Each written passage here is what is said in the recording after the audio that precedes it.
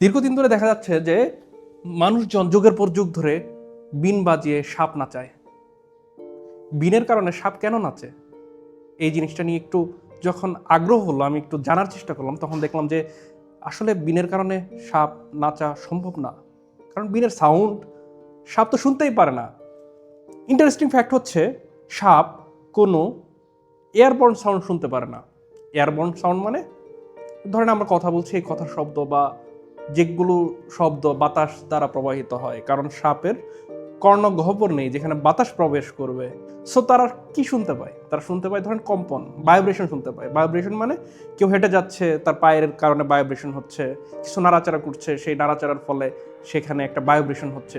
এই ভাইব্রেশন সাপ শুনতে পায়, কিন্তু এয়ারবর্ন সাউন্ড শুনতে পায় না।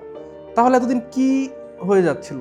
এতদিন ধরে যেটা ঘটছিল, সাপুরেরা বিন বাজাচ্ছে, মানুষ নিজেই নাচছে, সাপ মানুষের দেখা দেখি, বিনের দেখা দেখি হয়তোবা হেলে দুলে সাড়া দিচ্ছে, কিন্তু বিনের শব্দ আমরাই এনজয় করছি, আমরাই শুনছি, সাপ শুনতে পাচ্ছে না। এটা একটি ট্রেডিশনাল জিনিস। দেখা যায় যে বছরের পর বছর, যুগের পর যুগ সাপুরে মানেই হচ্ছে বিন বাজাবে, সাপ নাচাবে। কিন্তু আসলে যদি আমরা এটার গভীরে যাই, তখন দেখতে পারবো এরকম আসলে সাপ তো বিনের শব্দ শুনতেই পারে। এখান থেকে ইন্টারেস্টিং একটা ফ্যাক্ট চোখে পড়লো।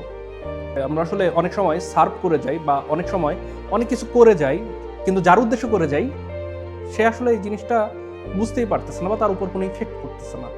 তার মানে হচ্ছে আমরা কোথায় কি করতেছি, কোথায় বিন বাজাচ্ছি, সে বিনের ফলে যার সামনে বিন বাজাচ্ছি সে আসলে বিন দ্বারা ইফেক্ট হচ্ছে কিনা, সেই জিনিসগুলোকে না জেনে যদি আমরা করতে থাকি, কাস্টম বা ট্রেডিশন ফলো করে, তাহলে কিন্তু আমাদের যে চেঞ্জের উদ্দেশ্যে আমরা জিনিসটা করতে চাচ্ছি সে চেঞ্জটা আসলে পসিবল হবে না। সুতরাং যার সামনে আমরা জিনিসগুলো করব, সেই অডিয়েন্স বা যার উদ্দেশ্যে করব, সেই মানুষটাকে আমাকে বুঝতে হবে।